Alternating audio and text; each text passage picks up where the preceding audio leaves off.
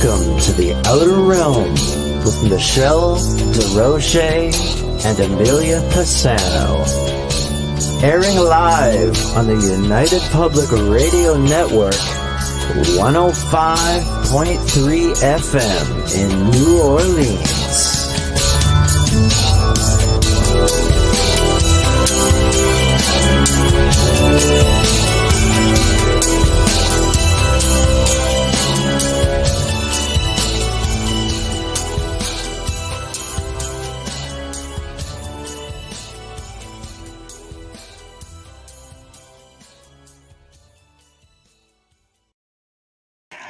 Good evening, everyone. Welcome to the Thursday night segment of The Outer Realm.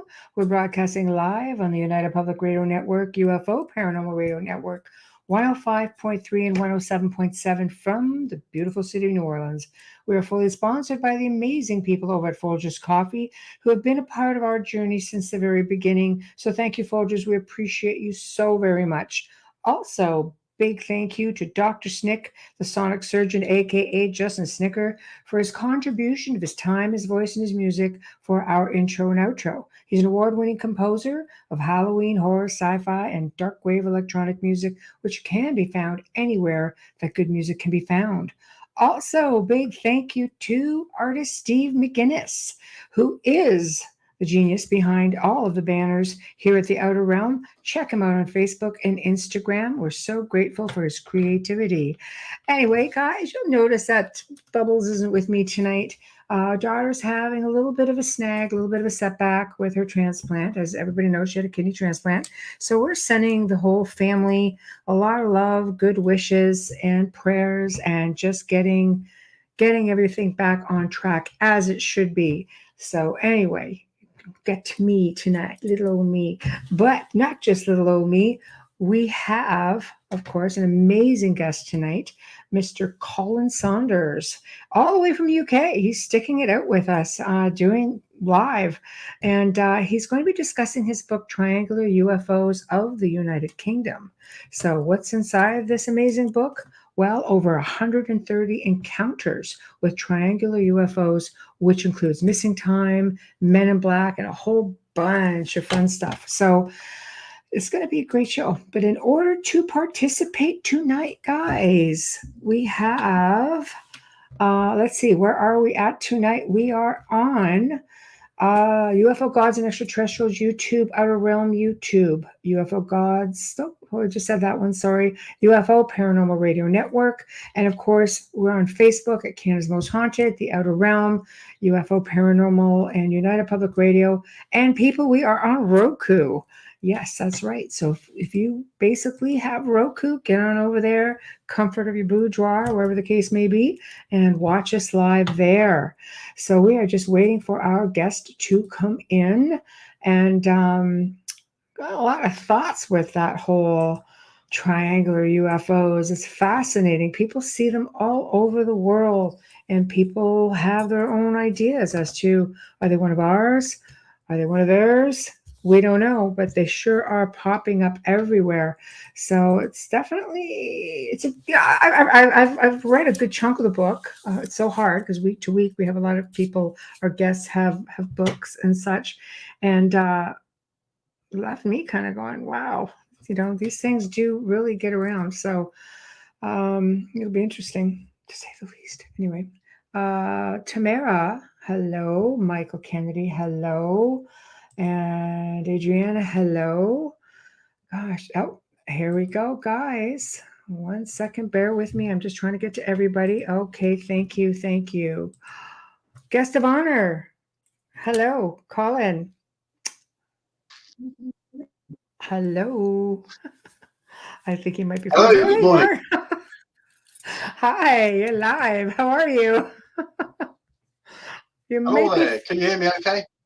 Yeah, we can hear you okay. No problem. How are you? I know it's very late for you. Can you hear me? Hello, good morning, everybody. Yes, I'm good, thank you. Okay, good. Just want to make sure that you're hearing me. We're hearing you. Everything looks good.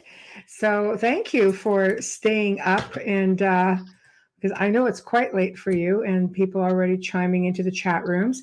So how it works is we've got 7 chat rooms coming in, and just reminding the listeners, the majority of our listenership is audio, as we have worldwide servers that go all over the world, and there are millions of people listening. So when I will put up comments just like this, and I'll read them out, because this way our audio listeners can keep up with what it is we're saying. So again, to the listeners, remember we have 7 chat rooms, so I'm not ignoring anybody. I'm just trying to get to people as it comes up. If we move on past a certain point, then if there's time after the show, we can go back and address it. So now that I've got all the rules done, Colin, welcome all the way from the UK. Really been looking forward to meeting you and talking about this amazing book of yours. And I guess the best place to start, I'll put up the book actually, just so people can see it. There we go, everybody. This is what we're talking about this evening. And this can be found, is this on Amazon yet, Colin? There seems to be 2 people talking at the same time, so it's very confusing to hear. There's Are you 2 getting people, feedback? Do you have headphones? Yeah. You may have a delay, or you may be getting a feedback. You may need hello? Yes, I think that. Are you getting feedback? You may need to get some headphones or.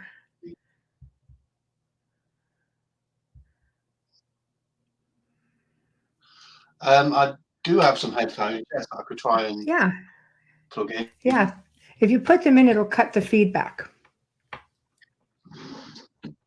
Oh, hello, Stephen. Hello, everybody.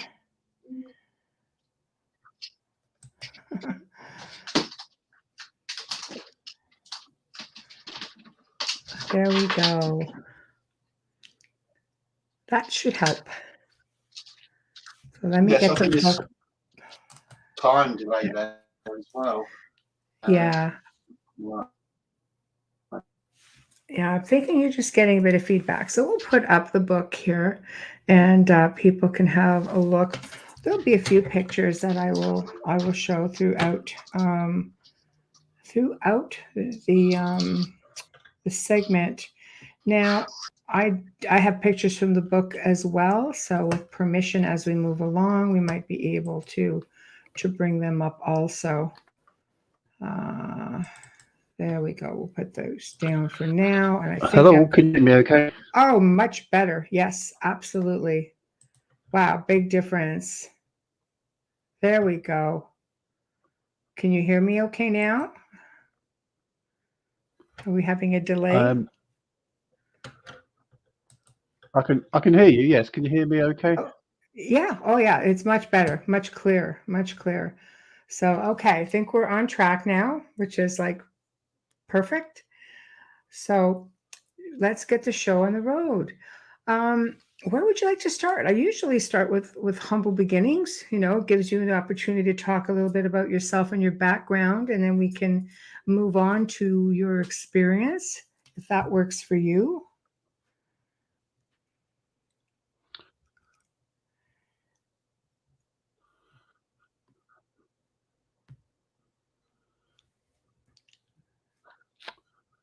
I'm not sure. There still seems to be a bit of a time delay.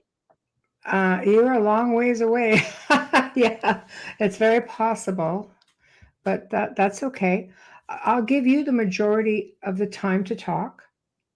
So let's get into a bit of humble beginnings. Maybe tell us about yourself and your background, and then we'll move on to your experience. I'll just let you take it so we don't fight with the delay.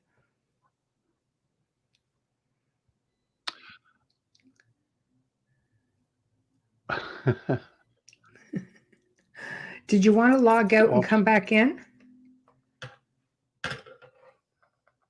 Why don't we log out and then just come back in and see if that helps? Okay, we're going to try that and see. In the meantime, while we're waiting, Stephen, I know the Rendlesham Forest Guards, and my mom saw a triangle craft with a light on each end in the UK, and a white orb landed near my dad and knocked him near out of Stonehenge. Oh my gosh, that sounds a little serious, but yeah, orbs are definitely known to be around crafts as well. The orb was shooting white lasers all over the ground really fast and telepathically interacted with him and listened to where he wanted it to go with his mind. Fascinating, very fascinating. Rendlesham was, yeah, that was really something, wasn't it? It was like their version of our Area 51. Actually, we've got Philip Kinsella coming on next week to talk a little bit about Rendlesham and reptilians. I know it's going to be like amazing. Hold on, coming back. And my dad's friend saw an alien that kept hitting their tent in the UK. It was a tall, skinny alien. And when his dad called the police to report it, 3 people from the Royal Air Force Base, Fairford Royal Air Force Base came. Yeah, that must have been fun. Jeepers. Thank you very much. Love the show, Michelle. Always professional, easygoing. Do our best. We do our best. Hello, Tara. How's it going? Could be because I'm here, William. Well, hopefully not. I'm just going to see here if we can get Colin back. Try to get him back here.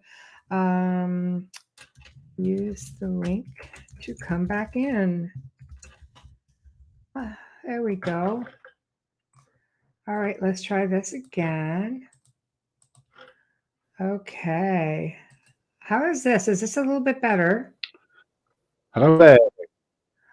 I think you sound. Can you hear me now? That sounds good now. Yes, that sounds excellent. Oh, okay, perfect. I like that. All kinds of people chiming in already, but before we get to everybody, I've been putting them up, but I'll want you to comment on them as we go along. Where I thought we would do is just start off with, humble beginnings. Just tell us a bit about yourself and your background. Then we can move on to your experience. So I'll give you as much time as possible just to do all the talking so we don't get any sort of feedback. Okay, right, let's take it away. Awesome. I love it. Basically, I've been a draftsman all of my life. I've been involved with drawing. Even today, I'm still a graphic designer working in the embroidery industry. But more importantly, along the way, I've worked in the aircraft industry, the Airbus.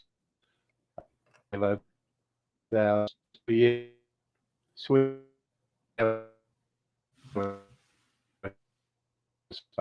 losing you.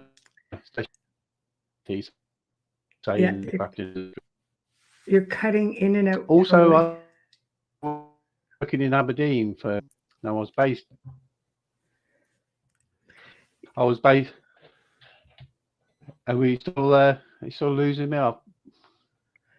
Yeah, you're just kind of phasing in and out.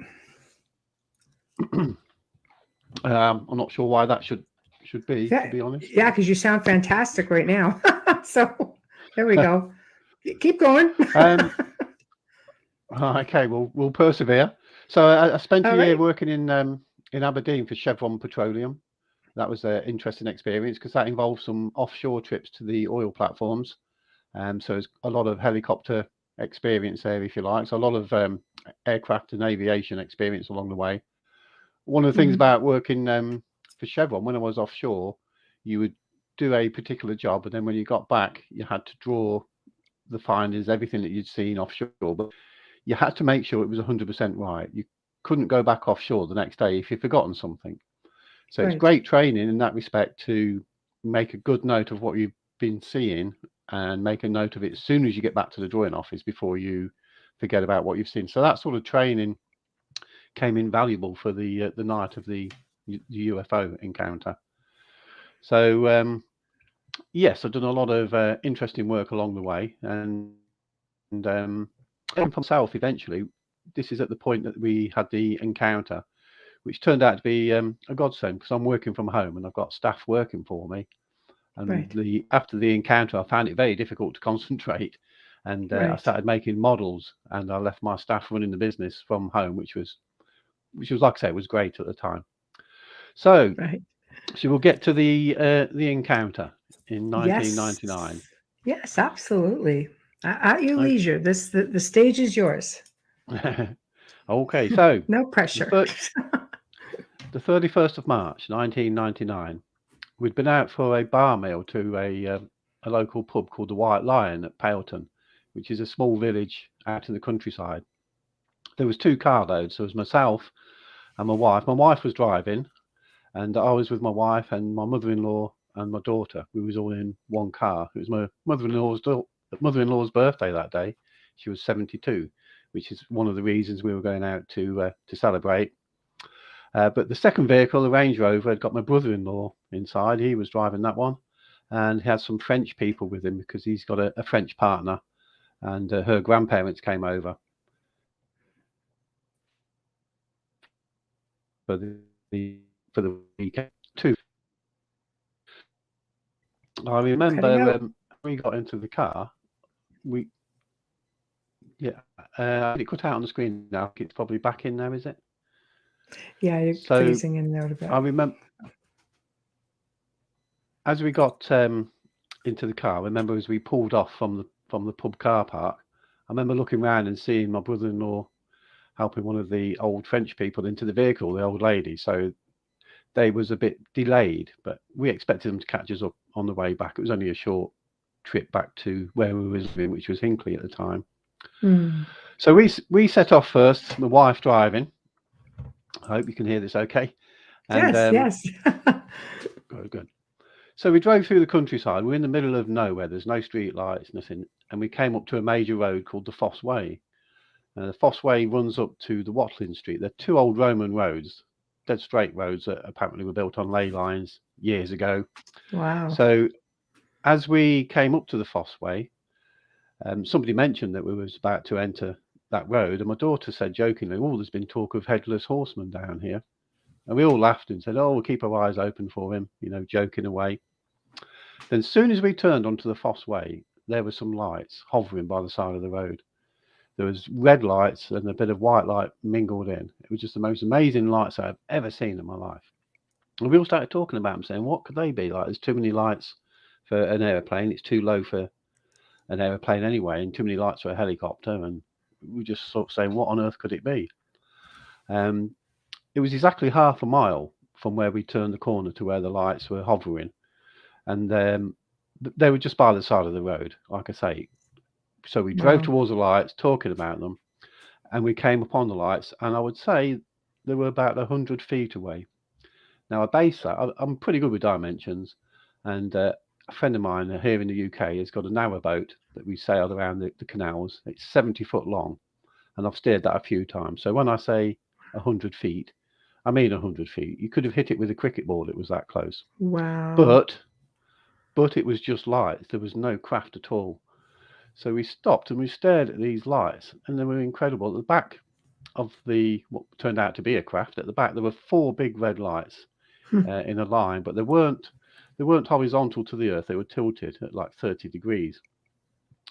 And then there was other red lights mixed in and white, and it was just incredible to look at. You couldn't really tell what was there because the craft was invisible.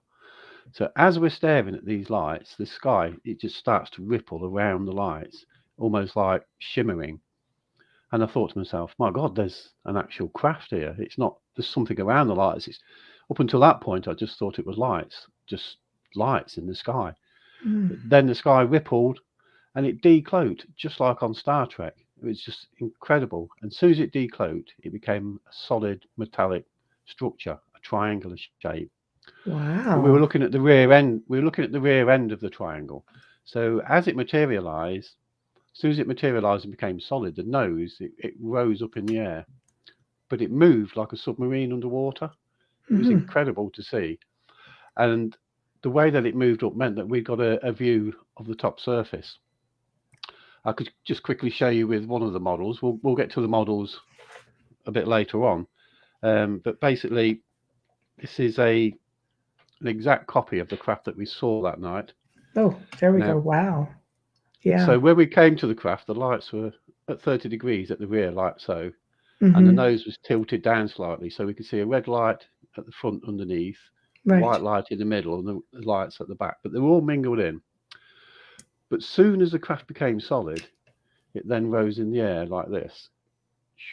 Oh, wow. So we got a view of the top surface. So we were 100 feet away from the top of this craft. Now, if you can see on the see on the surface of this craft, it looks.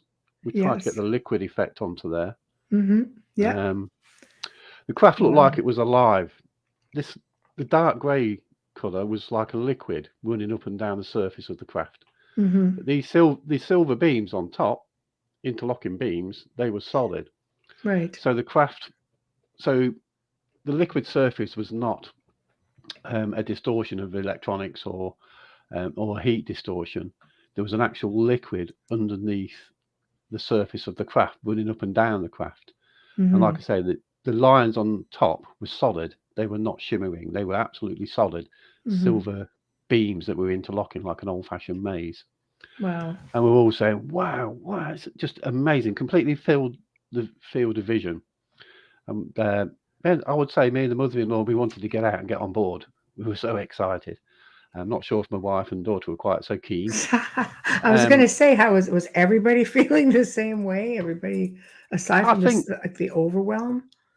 I think me and my mother-in-law were overwhelmed and found it absolutely incredible.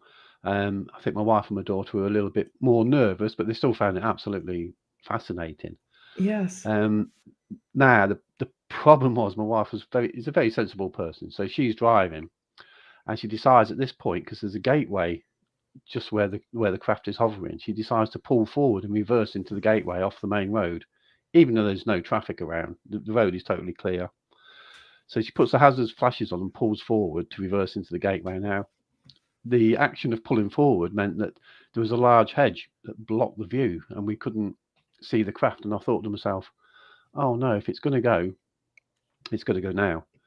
So she reversed into the gateway. We jumped out. Sure enough, it had gone.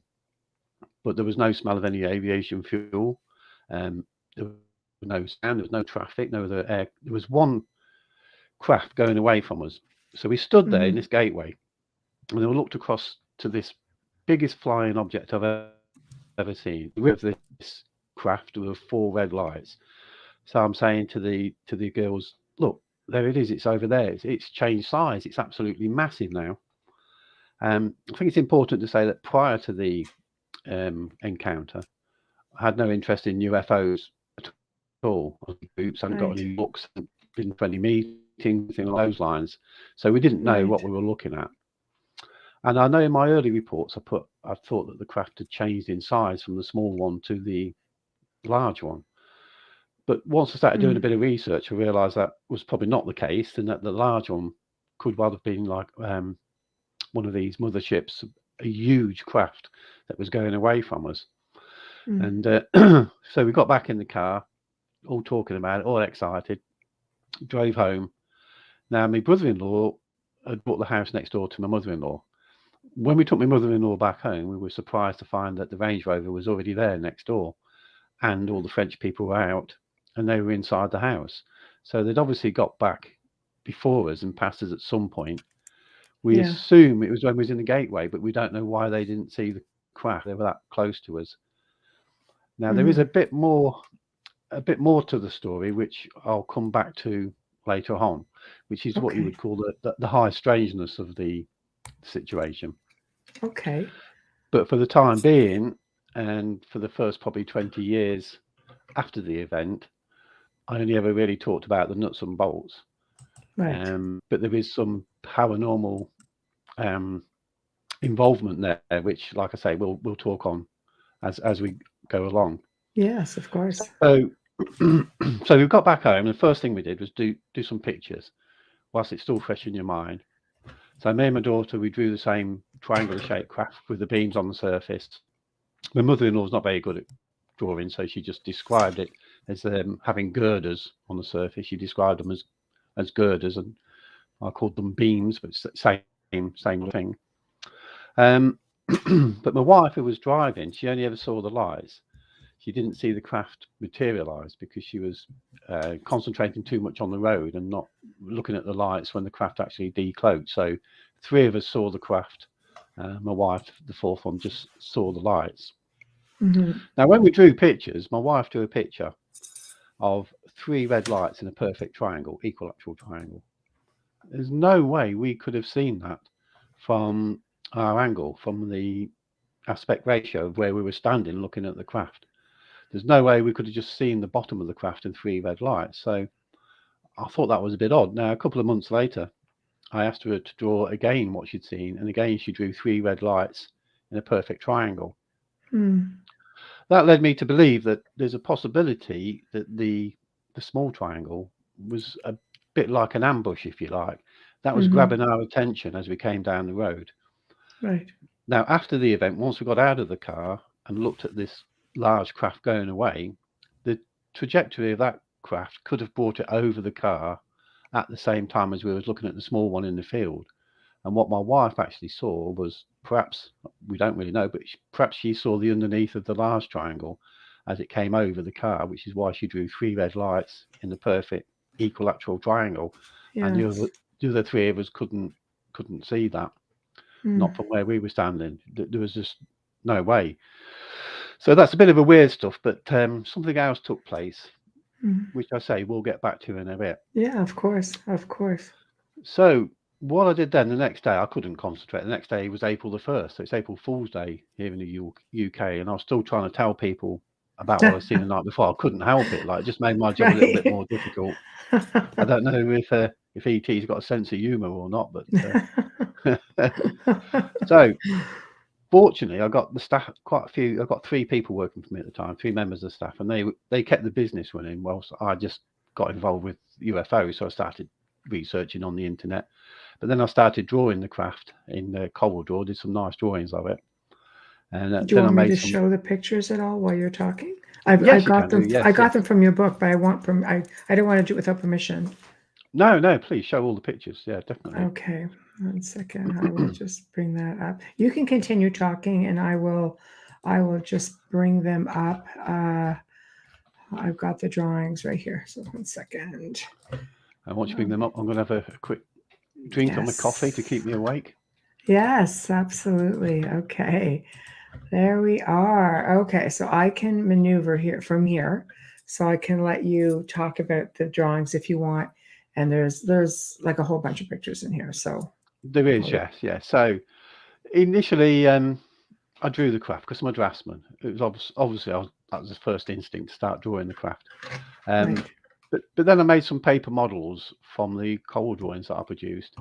And I remember going to my very first UFO meeting, with a gentleman called Omar Fowler, who ran a UFO group in Derby. And he was specialised in triangles. So we became great friends over the years.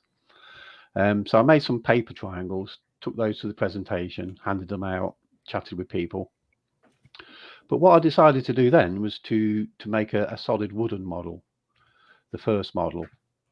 So I got some pieces of dowling and some plywood, and I made a triangular shaped craft. And I put the images that I'd printed on CorelDRAW onto the craft. You can see the craft there, picture 10, I think it is. Picture 10. Okay. So this is actually the very first craft that I made, the very first model, was stolen out of my vehicle, out of the van that I was using at the time. It was broken into one night, and the cassette player was stolen along with the model.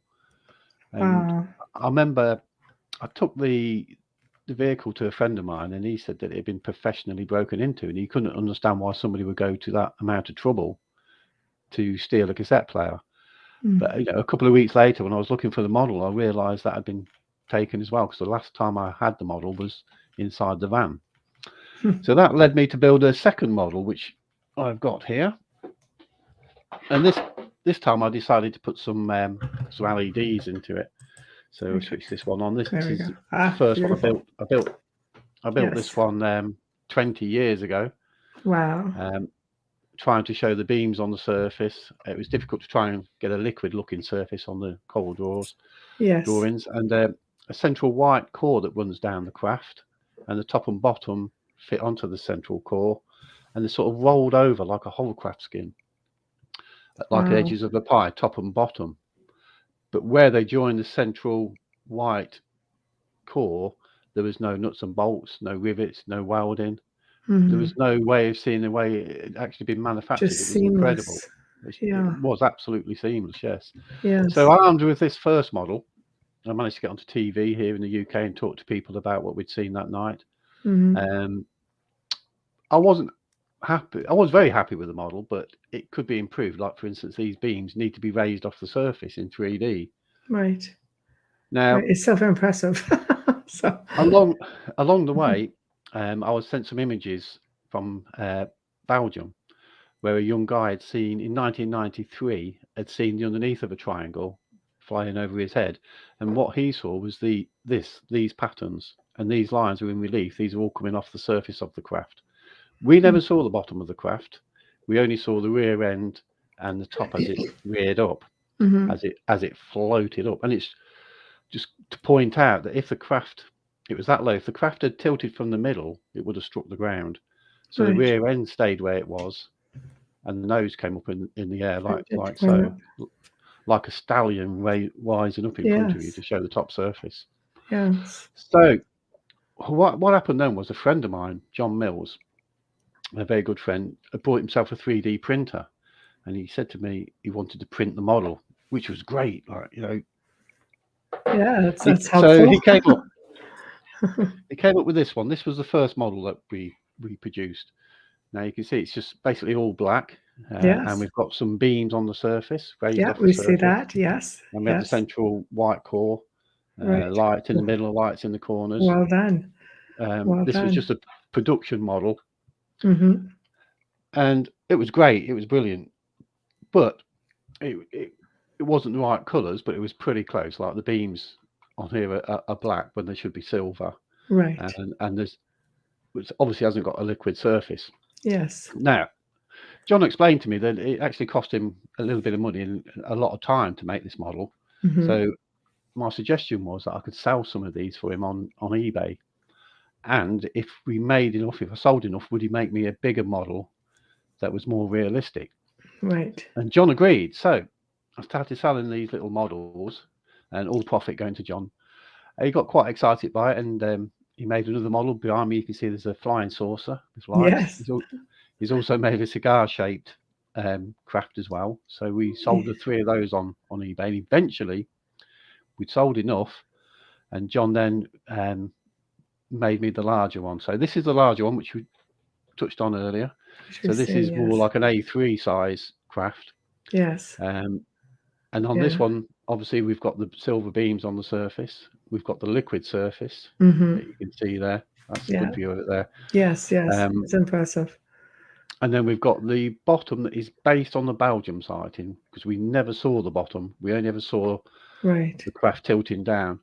Right. But like I say, it's true to say that when it was tilting down, we did catch a glimpse of the red light underneath on the front here, right. mingled in with the other lights as it materialized. And it was at an angle like this to the earth. It wasn't flat.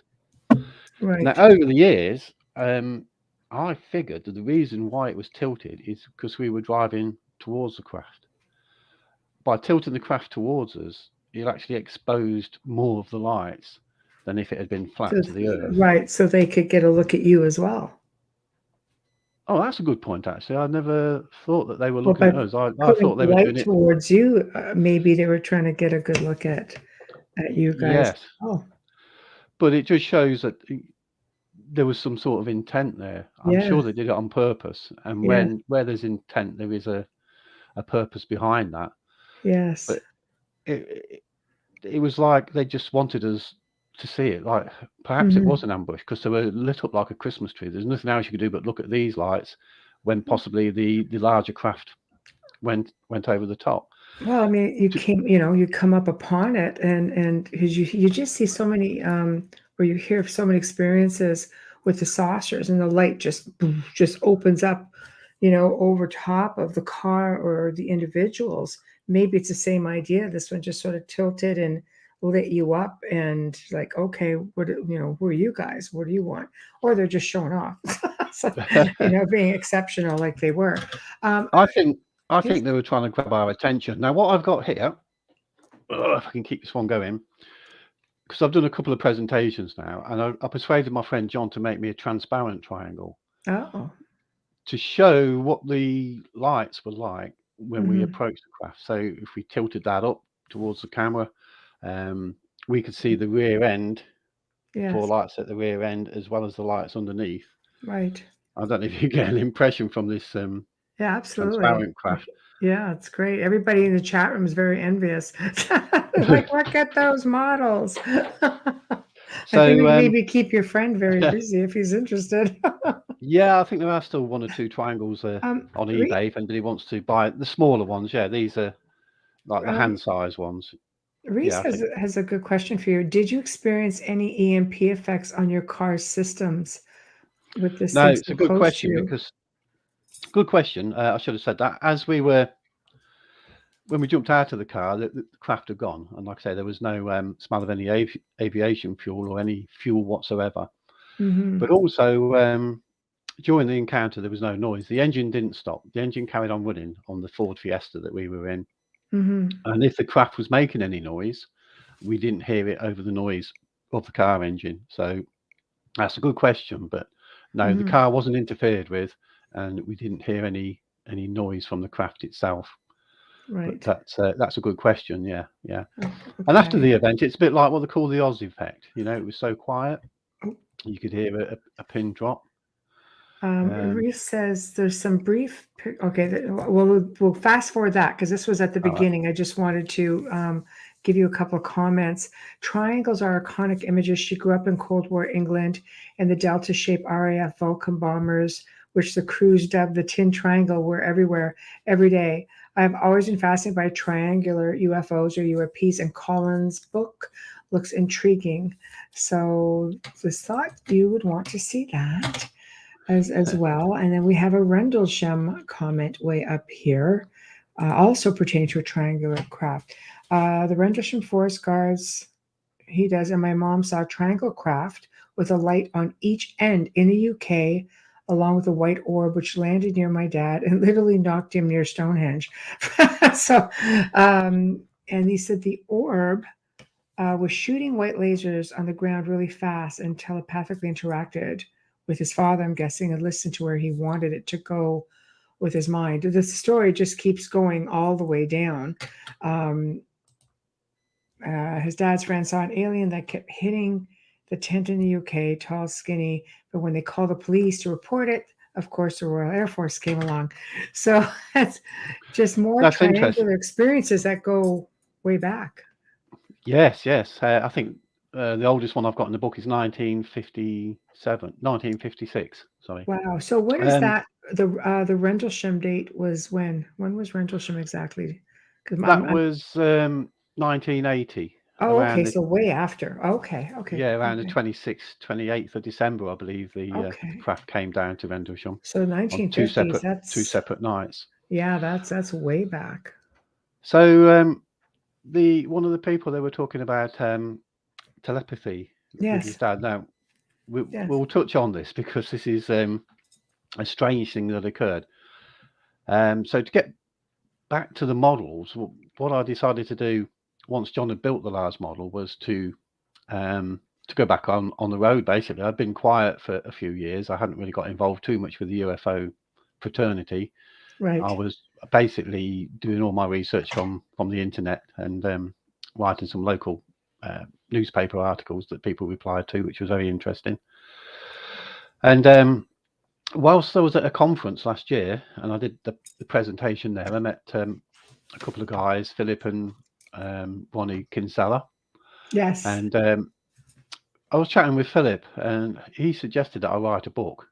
And I said, well, I'd love to write a book about my own experience, but I don't think there's enough information to be able to write a book. And he says, well, just think of it as being an extension of the presentation that you've done today. And that's really what kickstarted me into producing the book. Right. So I came back, wrote about my own experience.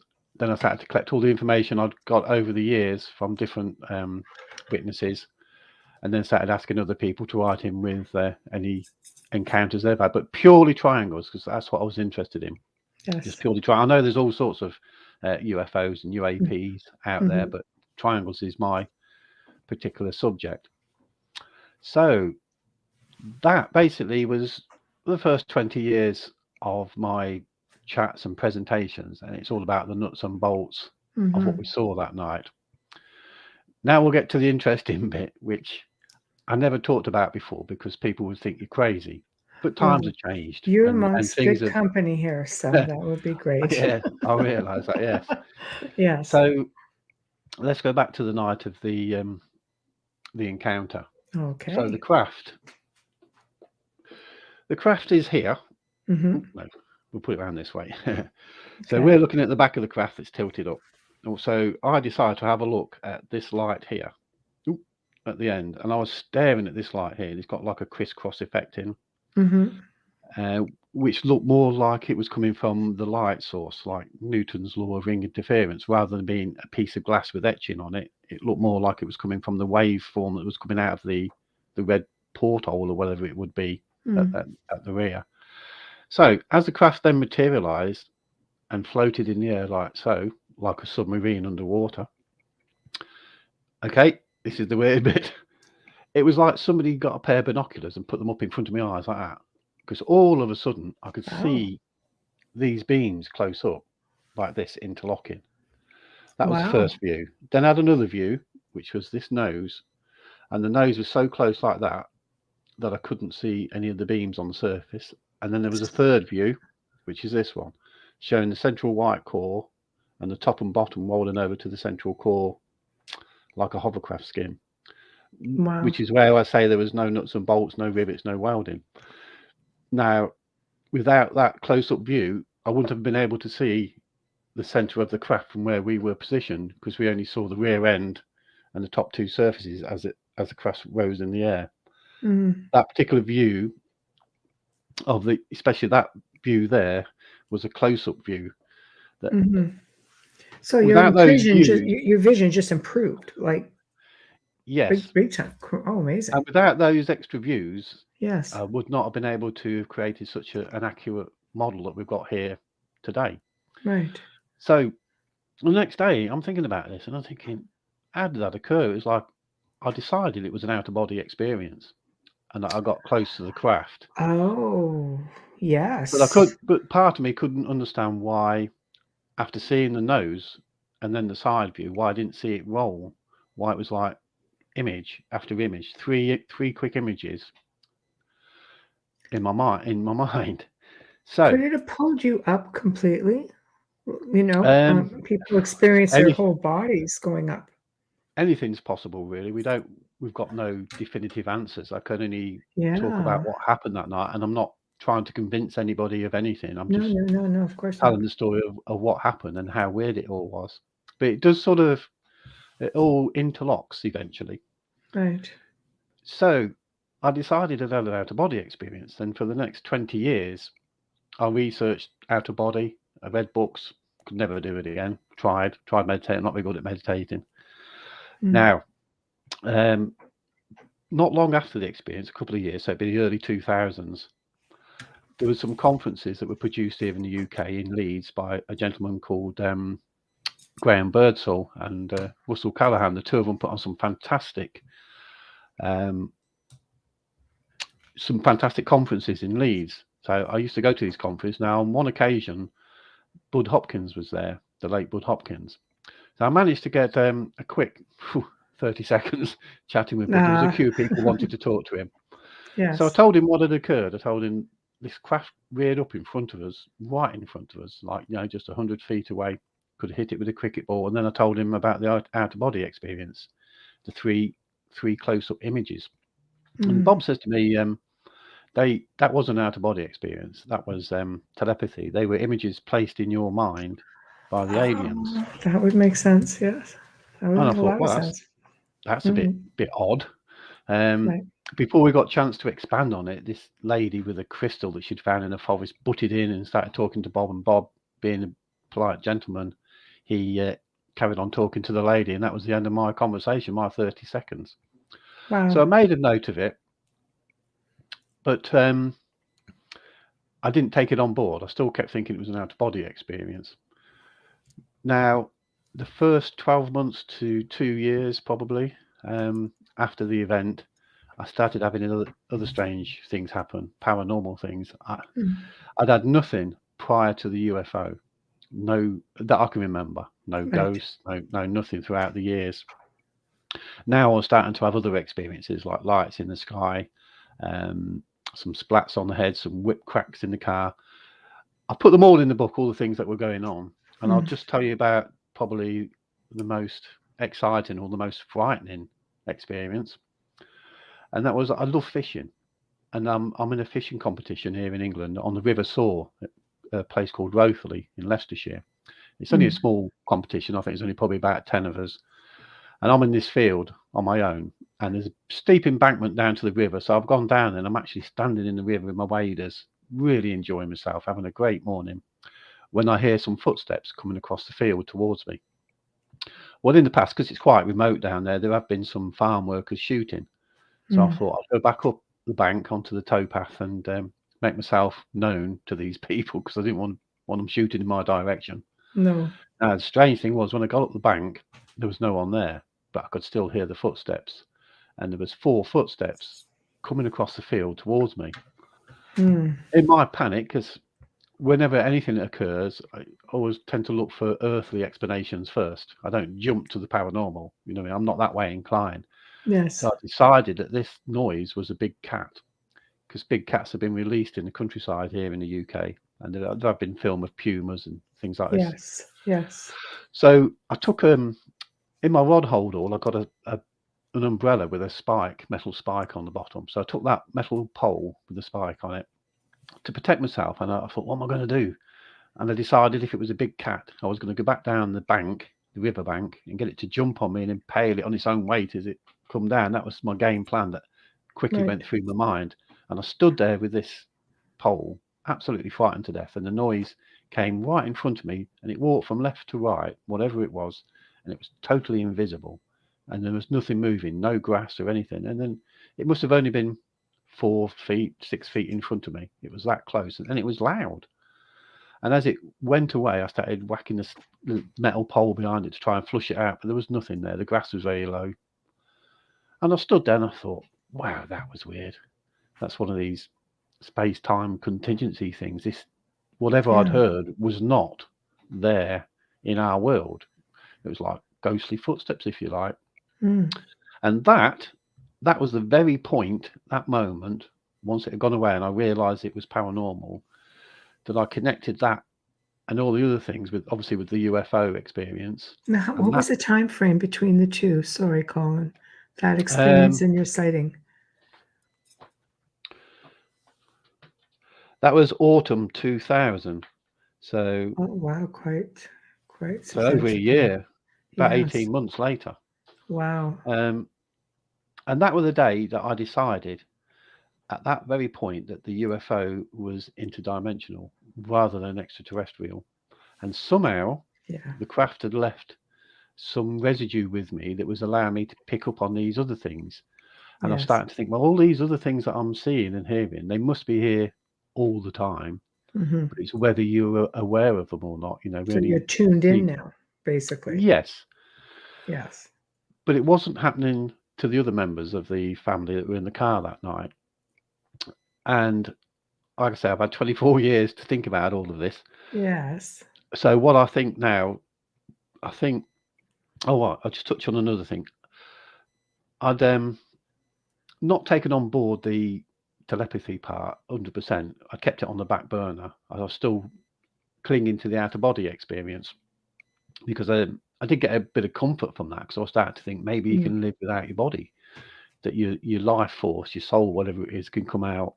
And it was great. It gave me a bit of comfort for 20 years. Right. But then I got an email out of the blue from a guy in America, Connecticut. He's never been to MUFON or anybody like that, but he's been going around the internet looking for people who'd seen triangles, had triangle experiences. And he came across me talking to Richard Hall on his program, where I talked about the close viewing. And this email that came from the guy in America, it started off by saying, just like you, I had 3 images placed in my mind with a close encounter with a triangle. And he goes on to say that, you know, he'd seen this light, he'd chased it in his car, he'd stopped, this triangle appeared, It was quite close to him. And whilst he was looking at it and trying to remember all the detail for later on, he said all of a sudden it was like he was close up to the craft. He got 3, the same as me, 3 close-up views. Wow. One was of some pipe work on the outside of the craft. The other was of some light, not light bulbs, but some lights on the outside of the craft. And he thinks the third image was possibly inside the craft itself. Then other weird things happened. It didn't quite finish there for him. But once I received that email saying, just like you, I had 3 images placed in my mind, it was like a eureka moment. All of a sudden, I realised Bud Hopkins was right.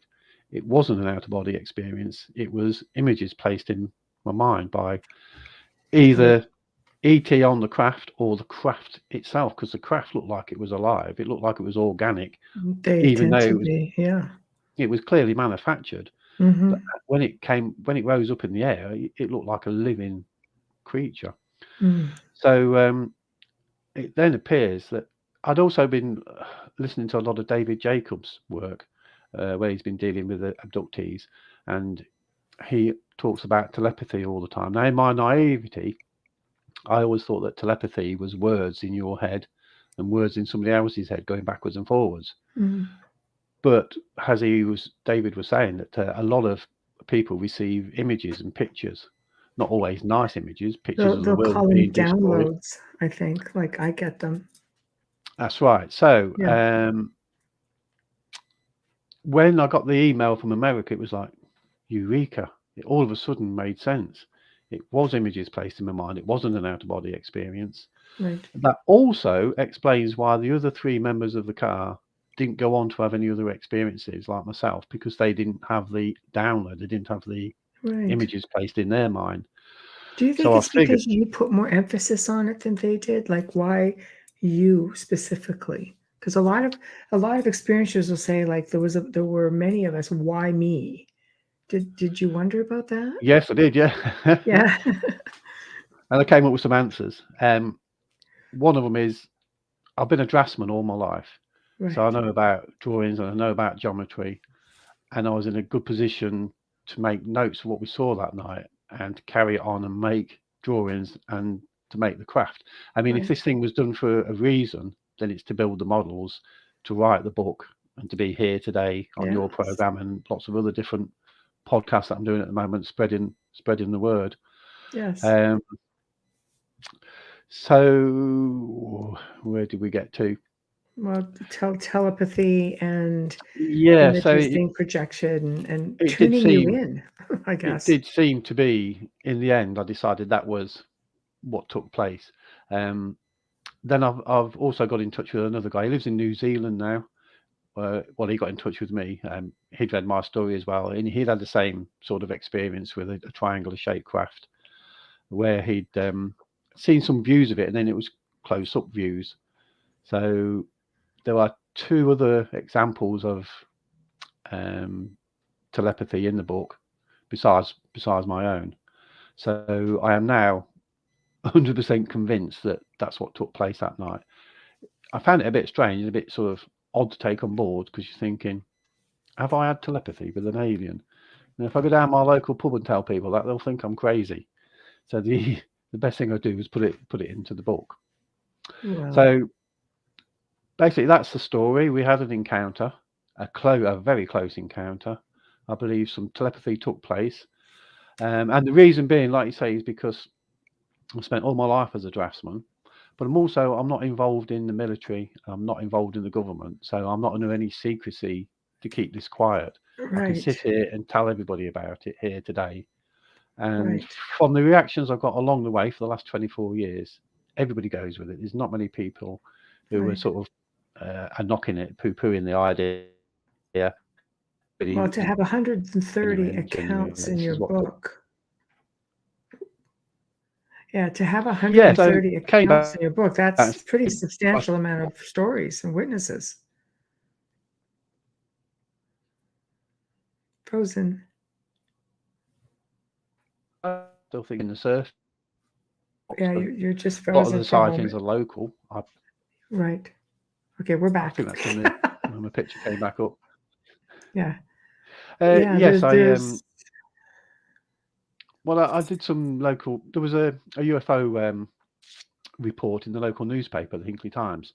So I wrote back to the Hinkley Times with my own experience, and they did a 2-page spread and showed the models, which is really good. And then on that, I put my email address and asked people to get in touch. And I've got about eight witnesses, something along those lines, just here in Hinkley, in the one town where I live. They've all had right. close encounters with triangles, Right. and one of them actually, they're all interesting, but one of them, a triangle came down into this girl's garden in Burbage, which is sort of joins on to Hinkley. I say it came down very low to the Yeah. garden late Yeah. one night. She was freaked out by it, but she said when the craft tilted up to show the underneath, there was a glass dome underneath, and inside the glass dome she could see two aliens, and she ran in the house screaming because she didn't want to get abducted.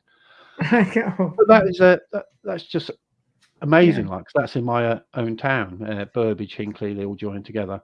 So I've got all these sightings locally. And then once I started writing the book, I put my own experience in, but there wasn't enough to fill a book. There was only about 10,000 words. So I decided to start putting in other people's sightings. So I took all the sightings that people have been in touch over the last 20 odd years, but then also got in touch with people through social media to write in with their accounts. Now, along the way, what I was starting to do, because I'm intrigued with the paranormal side of all of this, I asked people if they'd had any paranormal experiences as well as UFO experience. And there was more people coming back saying yes than no.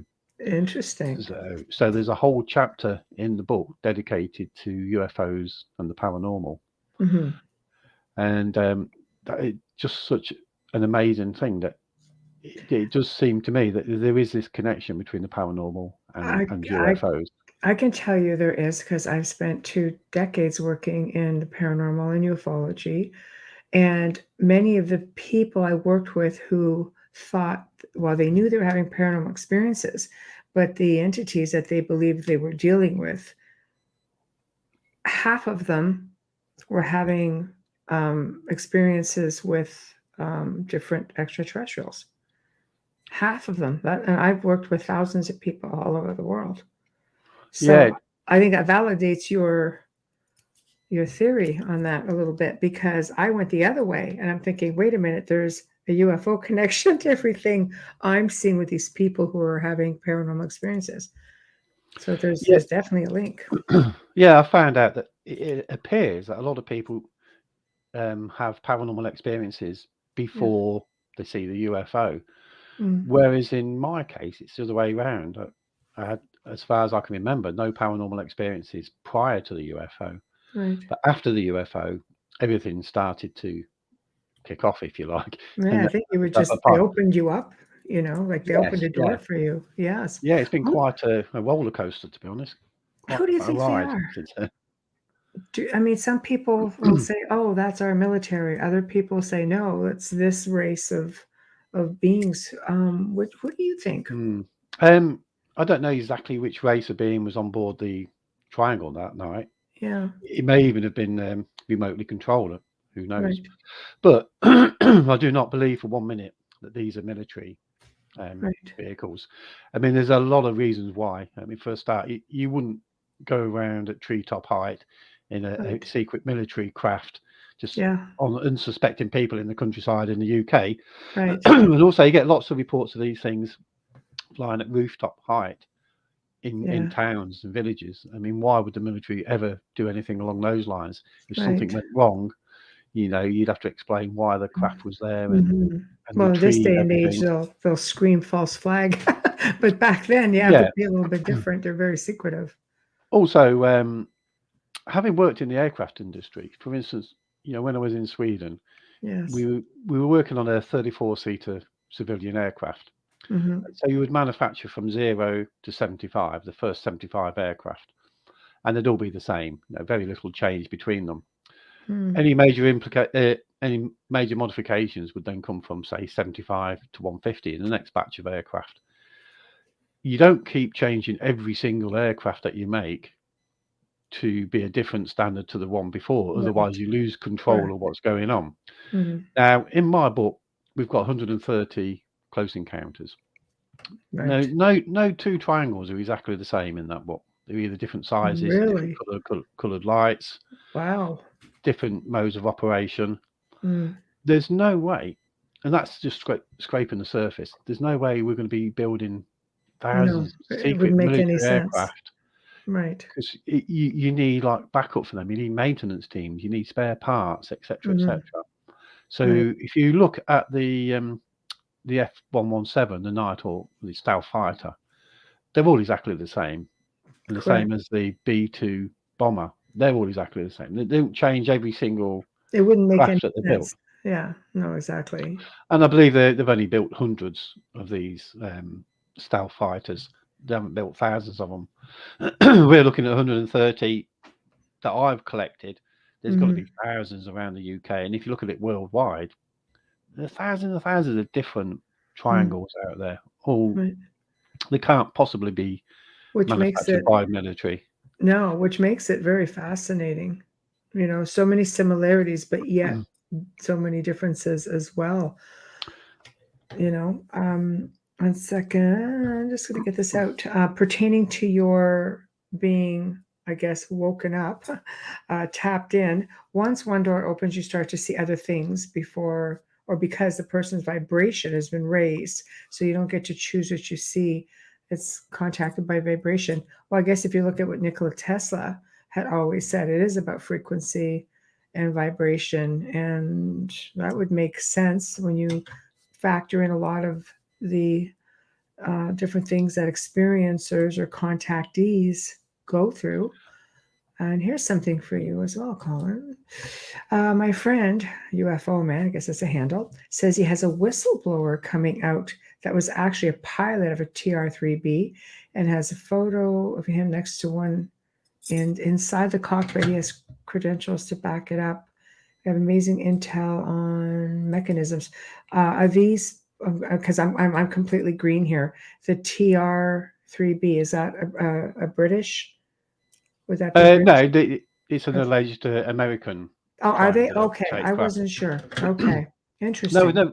we've never seen any definitive photos of the TR-3B. But one thing I remember on the night of our experience, like the next day, I expected it to be in the newspapers. I expected everybody to hear about it because I didn't think it was just us. You know, Right. I realised that night that lots of people must see these things. And once I started doing my research, that was the case. Yes, there's lots of people have seen triangles. Now, if us members of the public have seen these, then obviously the military know of their existence, and it would make sense that they're trying to back engineer some of these craft.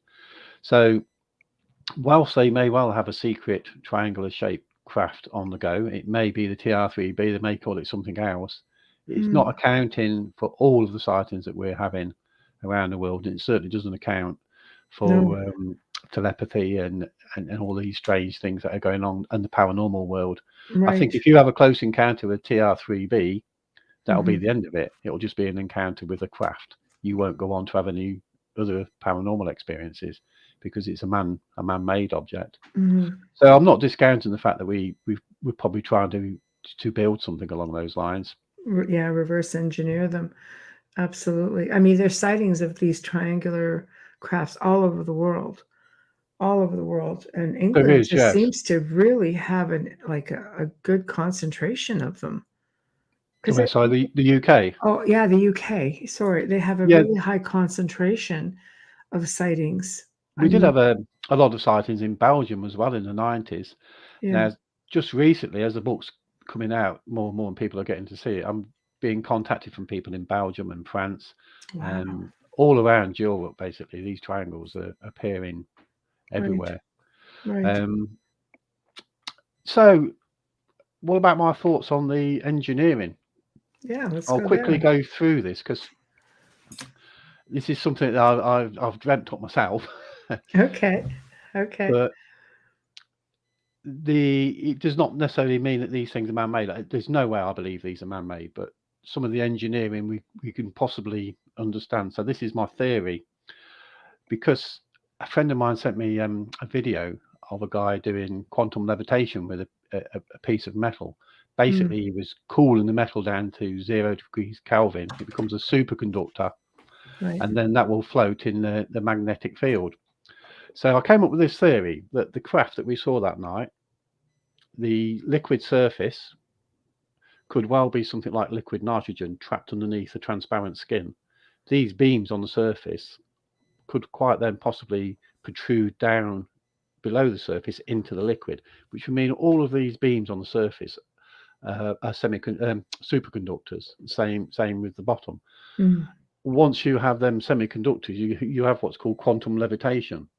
So then the craft could just hover in the Earth's magnetic field without using any energy source whatsoever, just by being a super cooled craft. Now, if I've come to that conclusion, I'm sure that the military have been looking down these lines as well and trying to create their own craft.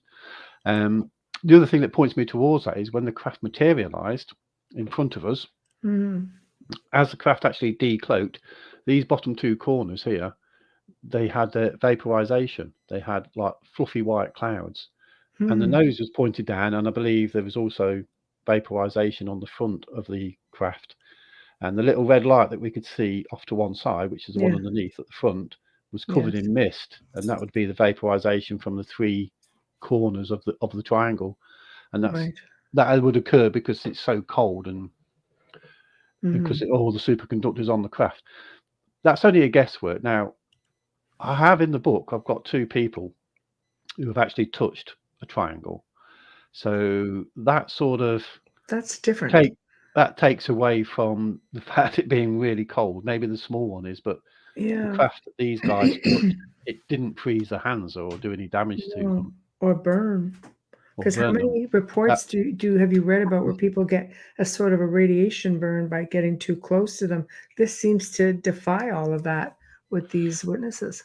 Yes, I mean, there were no medical problems to ourselves. My daughter's ears did bubble up on the top, but that was like a couple of weeks later. We never did find a reason why that occurred, and it just cleared up on its own. But we didn't. Maybe we're just at the right distance not to receive any radiation or whatever was coming from the craft. But yeah, I can definitely say that this was not from this world. It was just, and the whole thing, the whole occurrence was so strange. Like the next day, for instance, when I went back and measured the distance from where we saw the craft, from where we turned the corner to where we saw the craft, exactly half a mile. So I've measured it. But when I turned the corner, that half mile, I failed to see how we could have seen it because there was like trees and hedges and things in the way. It was almost like the scenery was different. Now, my wife, who only saw the lights and didn't see the craft materialize because she was concentrating on the road, a few days later or a week later, she picked a friend of ours up from the airport and she came back along the Foss Way to show Ruby where we'd seen these lights.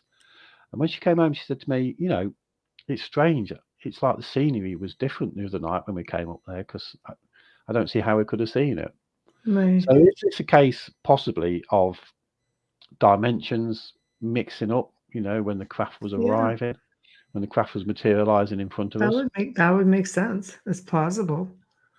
But the whole evening, so there was nobody else involved. It was just our car. The craft was there waiting for us. It wasn't being in the right place at the right time. I do not believe that. I believe firmly that craft was there meant waiting to see it. We was, yeah, definitely, absolutely. Yes. And that's the weird thing about these craft, isn't it? You know, half the population are being hidden from it, and the other half get it right up in the face, up close and personal. I've been seeing them my whole life. It's strange to me when people just they say they've never seen one. I'm thinking, just look up. Really, I think, but because I do think you're right on that. I think if you're meant to see it, you will. There have been reports of people, like crowds, you know, like a large group of people being in an area and a craft comes in and only part of the crowd or half the crowd is witnessing this craft. And yet everybody else is like, no, we don't see it. You do hear that, yes. You do hear that time and time again that certain, a crowd of people, certain people will see it and other people won't. I have a report in the book where there's a guy in Hinckley. He'd seen a triangle and he stopped and he was pointing at it, and he says other people were just oblivious to it, like, and there it was, just hovering in the sky, and nobody else could see it. Right. So that does happen a lot. Right. Like I say, there's a lot of information in this book. Okay. That people who are interested in triangles will enjoy. And to run through some of it, just please. Because I've been through all of the sightings, obviously, and tried to make some notes of anything that I think was important. Now, the underneath of our craft had, I believe, 3 red lights in the corners and a white light in the middle. Now, sometimes that's reversed, where there's a red light in the middle and white lights in the corner. Okay. In fact, Mal Orton from Sharnford, who's in the book, he, which is not too far from here, he drove. He was driving to work at 3 a.m. in the morning, at 3 a.m. And then there was a triangle hovering over a field right next to the road, and he said this thing was the size of a football pitch. And he stopped his car, and he got out, and he walked to it, like in the middle. I think you're frozen.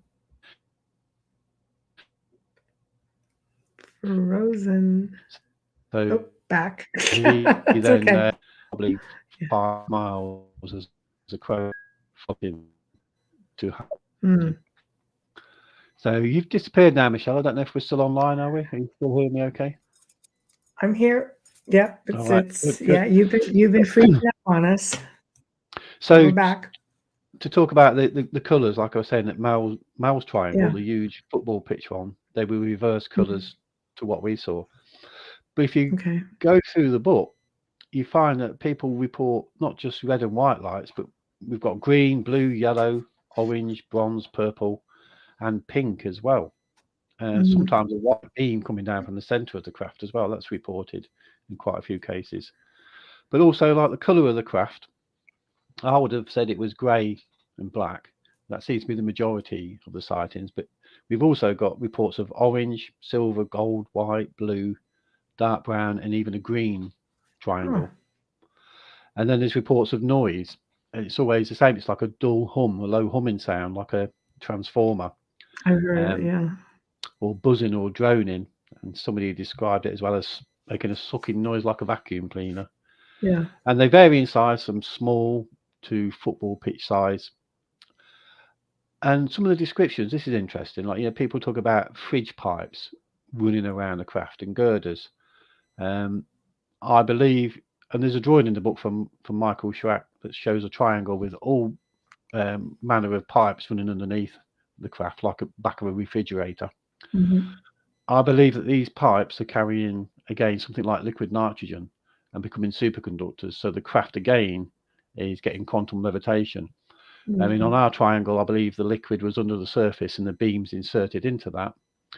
But possibly most of the craft that people talk about seem to have these fridge-like pipes running around the outside of the craft. So I'm surmising, I don't know, that these are superconductors with liquid flowing through them. There's also talk of feelings of pressure when the craft is close by. That's even interesting. one of the guys who actually touched one of these craft said the pressure was making a dental implant vibrate in his mouth during the course of the encounter. Wow. People also talk about cloaking. That comes in a lot. Yes. Shimmering like tin foil. That's a good description. Yes. Or black tar. A bit of missing time, and there's a few people say it looks alive, the craft, which is what I alluded to earlier. Right. One of the big things I learned in the early days was the movement of the craft. The way this craft moved, it floated like a submarine underwater, or like a hydrogen-filled ship. Right. And then when I used to read reports on the internet, if people were talking about the way the craft moved, if they said it glided, then I knew they were telling the truth, because it's the description, the way they move is very odd. It's not like a normal craft moving, and I guess this is down to anti-gravity rather than a normal sort of propulsion system. But people talk about it being fluid or gliding, floating like it's underwater. Right. They've also been seen flying blunt end first rather than point end first. You get quite a few reports of that. So the craft, I don't think the craft is made to be aerodynamic. I think it's made for stability. I think the triangular shape is a good solid object. Right. And then it's using whatever propulsion system to move itself around. Maybe those 3 red lights underneath change the vibration of it to get it from one dimension to another. I don't really know, but there's certainly a lot of information to be gained from all of the different sightings in there. But we're still only just scratching the surface, really. Well, here's a comment for you pertaining to the lights. I guess his contact says it uses a micronuclear generator, which has exhaust in red orb at center, and 3 lights on each end are the force field generators, and use 4 different angle copper spinning wheels to generate force fields. I guess this is their witness who has seen the craft. Yeah. Like I say, I've got no reason to believe we're not trying to manufacture our own. Yeah. I mean, I'm sure we're trying to build our own, but I still say that the majority of the triangles we see are not man-made. They're not the TR3B. I know a lot of people always jump to the TR3B all the time, like, but unless you stood one of these, I mean, the one we was with they that look night, very different. They do, yes. The one we saw that night was definitely not man-made, because of all the strange experiences that took place on the night and since then as well.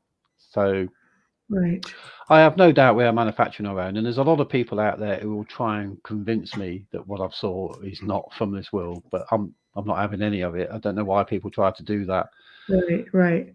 Well, I think because we reverse engineer. I mean, governments have been trying to reverse engineer since Roswell.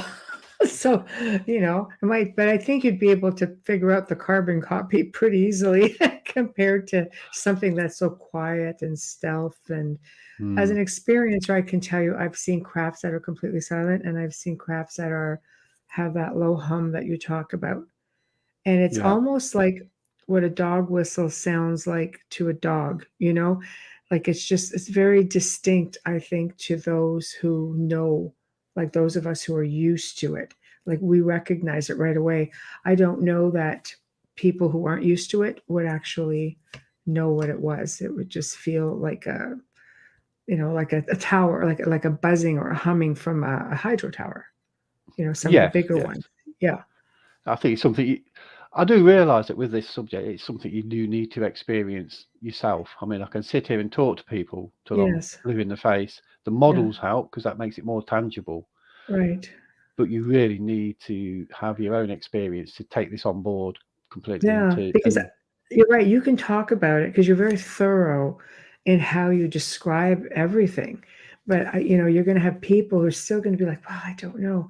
Until you actually experience it, it really is difficult to relate. It is, yes. And when you do experience it, it's absolutely life-changing.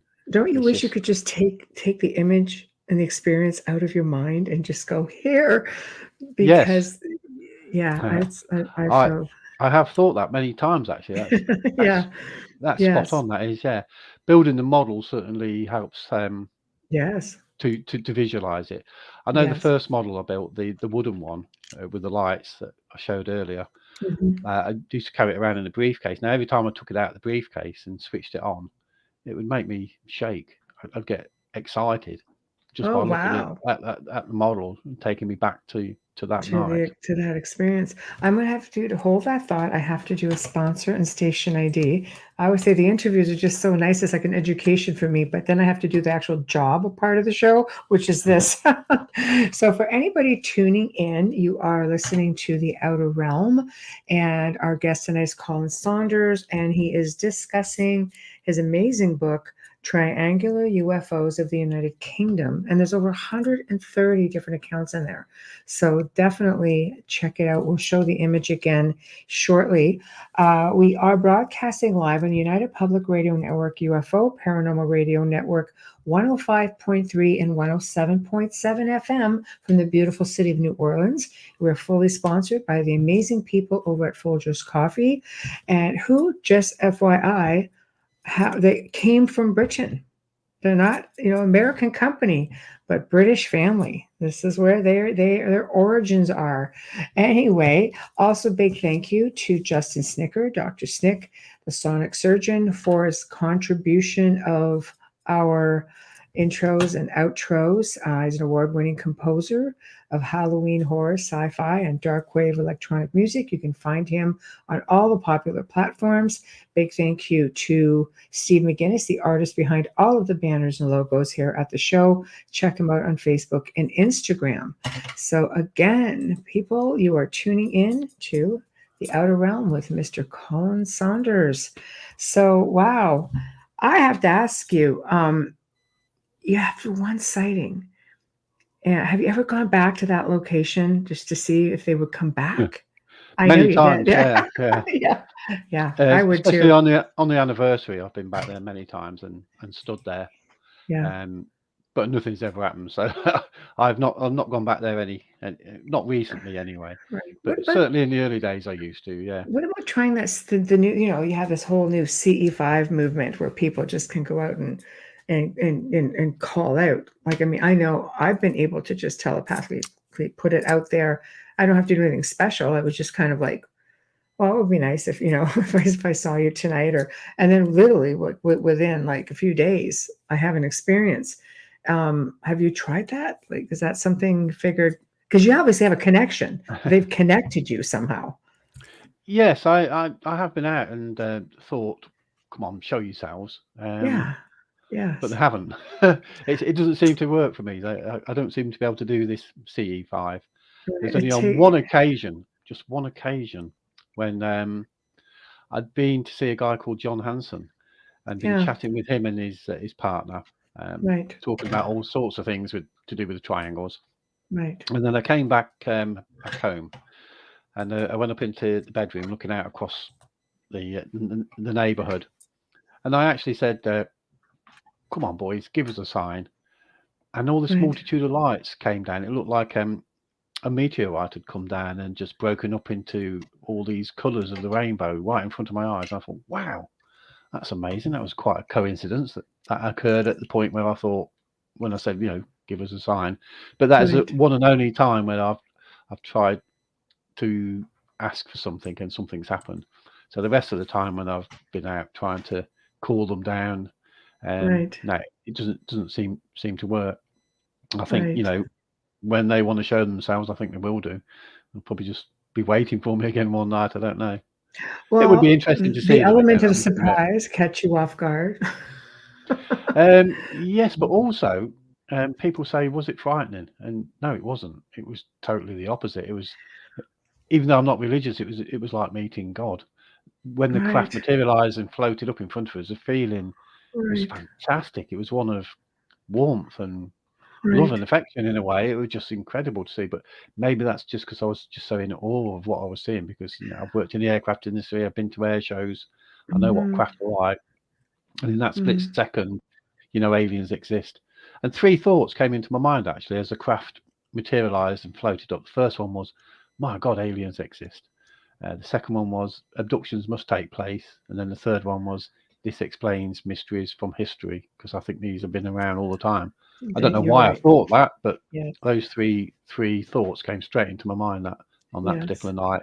Then followed by that was the three close images, and then the end of the experience. Well, the start of other experiences.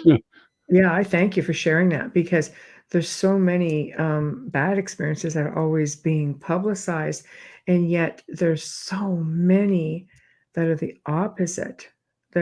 Some people really enjoy these experiences. They just talk about how calm it feels and how they feel really reflective and how it changes their lives.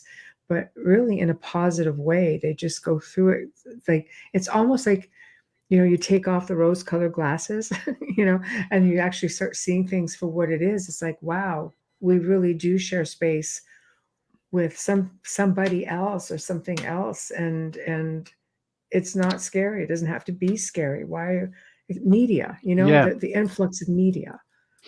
Well, that's certainly what happened to me personally that night. My whole life just changed in an instant. Everything I knew, everything I'd learned had Right. suddenly changed. And the Right. realization that aliens exist and they're here was phenomenal. I mean, that on that particular night, it was just incredible. But since then, over the last 24 years, I realized how lucky I was that night. Yeah. All of us were that night. But also Yes. the fact that these things, they carried on for quite some time, a couple of years after the event. Mhm. And I realise they're there now all the time. And it makes a difference when I talk to people or when people talk to me about their experiences. Yes. If I expect people to believe my story, which is pretty incredible, then why shouldn't I believe other people's story? And they tell me some fantastic things. Mhm. And certainly the section in the book where there's the link between paranormal and UFOs, there's some Yes. interesting sightings and documentation about this subject there. Mhm. But if you talk to the uninitiated, they'll probably think you're crazy. But at the moment, It's a good kind of crazy. It's yeah, you're enlightening people. You're educating people. I think it's a form of evolution in a way to be made privy or to somehow be chosen to be able to have these incredible experiences. Sometimes these experiences are very personal. They're just meant for individual people only. And other times people are chosen because they will go out there like yourself and talk about it and educate people about it, and you're spreading the word. It's much like, I feel like I've been in television for 20 years and I've had experiences, and I've over time have found ways to bring on a platform, like much like this show. Amelia and I come out and we present, we give a platform for people such as yourself to come out and share your experiences, spread the word on all kinds of different topics. And it is amazing to me how people are really accepting the like UFOs on average, and having other races out there. There's not as many people anymore going, no, that's ridiculous. I mean, some people will say it because they're fearful, but I think when disclosure happened, at least on this side of the world, all of a sudden it's like a light went off and went, oh, okay, that's really a thing. Then you have other people who are like, everybody's got one of these, are going, I knew it. And they're opening up to it. And with the amount of people who've spoken to you about their experiences, that tells me that they're okay with this. yes. I mean, if there was a reason for this, and the Mm, reason for the encounter, it would be to create the models and to write the book and yeah, to, like you say, to be educating people at the moment yeah. around the world as to what these triangles are about. Mhm. Certainly, it's changed my perspective on life, and Yes, but it has changed over the years. People are a lot more open about it now. You're finding a lot more of the connection between the paranormal yes. and the UFOs, which maybe 20 years ago people weren't quite so keen to talk about. But They certainly, I didn't think want to talk about either. Now you got people talking about both, which I think is really, it which is, is yeah, really good, it's absolutely fantastic. So right? I'll read you one of the Please. encounters from the book just to give you Thank an you. idea. So Thank this you. is a guy called Charles B. December 2011. So he'd been out with his daughter. They'd seen a light in the sky and they decided to chase it in the car. So basically, so we both reasoned it was maybe a helicopter, but there was no strobes and no noise. Somewhere between Cleesby and Manfield, we lost sight of it as it got too low. We looked for the object but decided to give up and turn back home. As we drove back along the A67, I said, let's look down by the river at Low Connors Cliff. With hindsight, I think they told me it was there. After driving down the track to the river, It was probably about 300 feet above the ground. It was huge, at least 1,000 feet across. The lights at the apices were dim yellow-orange, and there was a dimmer orange light in the body towards the back. I got out of the car and stood staring at the triangle. There was total silence. I could no longer hear the traffic from the nearby motorway. The body was black and it blocked out the stars, and I could see stars around it, and also a nearby farmhouse on a hill south of the river. It also seemed to block out the breeze. I don't know whether I got closer to it or it to me, but I seemed right underneath it. I could see black channels etched into the underside of it, which now made me think of a docking mechanism. It seemed to be made of slate or graphite material, very dark grey and smooth matte texture. I could feel the presence in my whole body, and a dental implant was vibrating in my mouth. I could see the channels covered the underside of the craft. They are probably 6 feet across and of a similar depth. I raised my hand and touched part of the craft's body between the channels. I was terrified and even thought it could harm me, but I did it anyway. I brushed my fingers over it and then put my entire palm on it. It felt like a hard kitchen worktop with a matte finish, but was not cold. The next thing I remember is my daughter shouting at me to come back in the car. She hadn't wanted to get out. So that is a pretty amazing encounter. I believe all the encounters in the book are genuine. I'll say that for a start. So this guy has stood underneath a 1,000-foot wide triangle that has come down so low, it allows him to stretch up and touch the underneath of the craft without any damage. I mean, that is just one of the most amazing encounters that I've come across. I think that's incredible.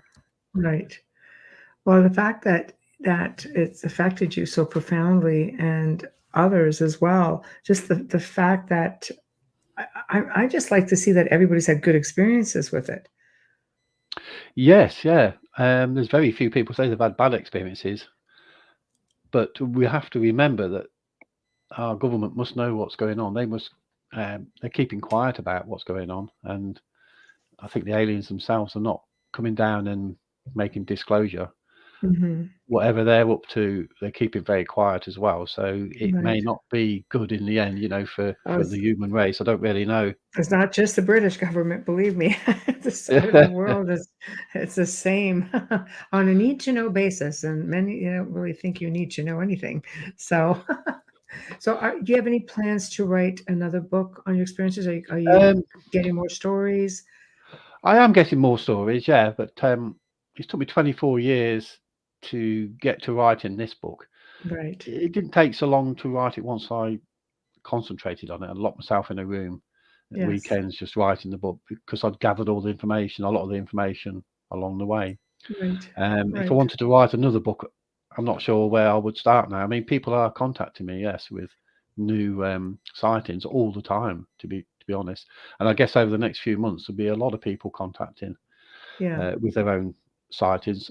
I could collate all of those into another book. Yes. But at the moment now, I've got no great inclination to do another one. This one took quite some time. Right. Yes. And to be honest, doing these podcasts, I find them quite a little bit stressful as well. Like, I've got quite a few of these lined up. But this is the only one that I've done in the early hours of the morning. Right. Well, live is always, I always say live is great because you get to interact with people, and our live listenership is colossal. When you hear from me after the fact, you'll wake up again tomorrow and go, how many people? So, it's going to be pretty wild. So, well, I hope so. Yes. Oh, I promise you. So, well, I think there'll be a lot of people out there who will take a lot of comfort from this book. People who have had their own experiences, who want to know other people have had experiences. And already I'm having people saying that the book is comforting in a way, because it's counselling to people who have had experiences. Right. I think it's a great place for people to start, and maybe hesitating on talking about any kind of their experience with any skycraft. It unnerves some people, and I love hearing stories such as yours, and Preston Dennett as a friend and been on the show a few times, who's notorious for writing positive stories about encounters. And to me, that's really important, because there's too many that go the other way. Now, where can your book be found and purchased, and where can you be found if somebody wants to communicate with you? Okay, well, the book is available on Amazon. It's available as a hardback, paperback, Right. Kindle, and also as an audio book as well. Oh, fantastic. Yeah, I think the audio book seems to be selling quite well. People can contact me through Facebook. I'm on there, Colin Saunders. They could probably message me. I'm getting a bit filled up with friends at the moment. I think I've got about 4,900 friends on there, and keep getting lots of Yeah. friends requests every day coming through. Uh, But if people want to message me, I guess you could email me as well if I give you my email address. yeah, feel free. I can definitely. Okay, it's PEC13. That's Papa Echo Charlie Kilo 13 at hotmail.co.uk. Okay. So if anybody wants to get in touch with their sighting or that would be the want to have way a to chat. do it. Share your stories.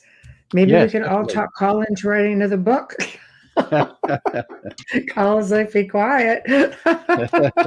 You never know. You never know. Never say never. You never say never. That's what I say. Well, thank you so much for joining us and for sharing your experience with us and your stories and your book. And Chris loves your English accent. Oh, thank you very much. Yeah, I've enjoyed it. It's been quite a thrill. Thank A bit you. nerve-wracking, but yeah, we've got there. Right.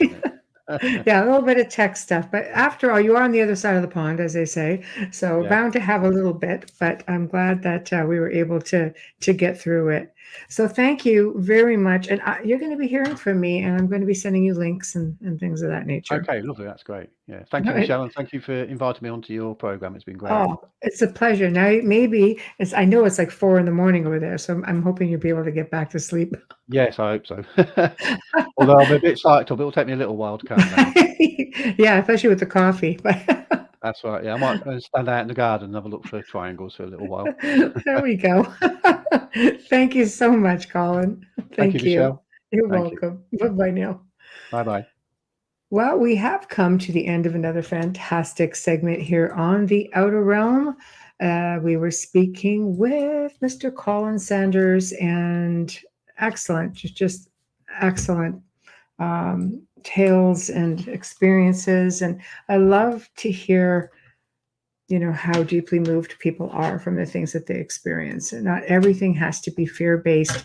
And this is just another example, no matter what your opinions are on the whole UFO thing. Some people are quite comfortable with it. Other people are not. Just know that, there are things out there. So anyway, big thank you to Folgers Coffee for sponsoring tonight's show. Big thank you to Dr. Snick, Justice Snicker. Big thank you to Steve McGinnis. Again, if you enjoy the content, please, whichever platform you're on, support us by subscribing, liking, following, whatever the case may be. Share it, comment. We love it. I will go in and put, of course, here is contact to the show if you want to contact us. You have any ideas you'd like to see on the show, or like to appear on the show, or someone you'd like to see appear on the show, there it is. But we also have Easter weekend coming up. So, for those of you who may not be tuning in tomorrow night, I will wish you guys a happy Easter weekend now for those who celebrate. Now, tomorrow night, we welcome the return of Mark Ollie, he's been on the show many times. The Polychronicon of Merlin, Joseph, and Arthur. This is a book that has been, if I'm not mistaken, Mark has said 50 years in the making. And it basically talks about the Arthurian King Arthur legend. And I mean, anything that he spoke to me about it is just going to be slightly on the mind-blowing side. So you definitely want to tune in with that one. It's going to be a really great show. Anyway, guys, thank you, and have a good night. We'll see you tomorrow.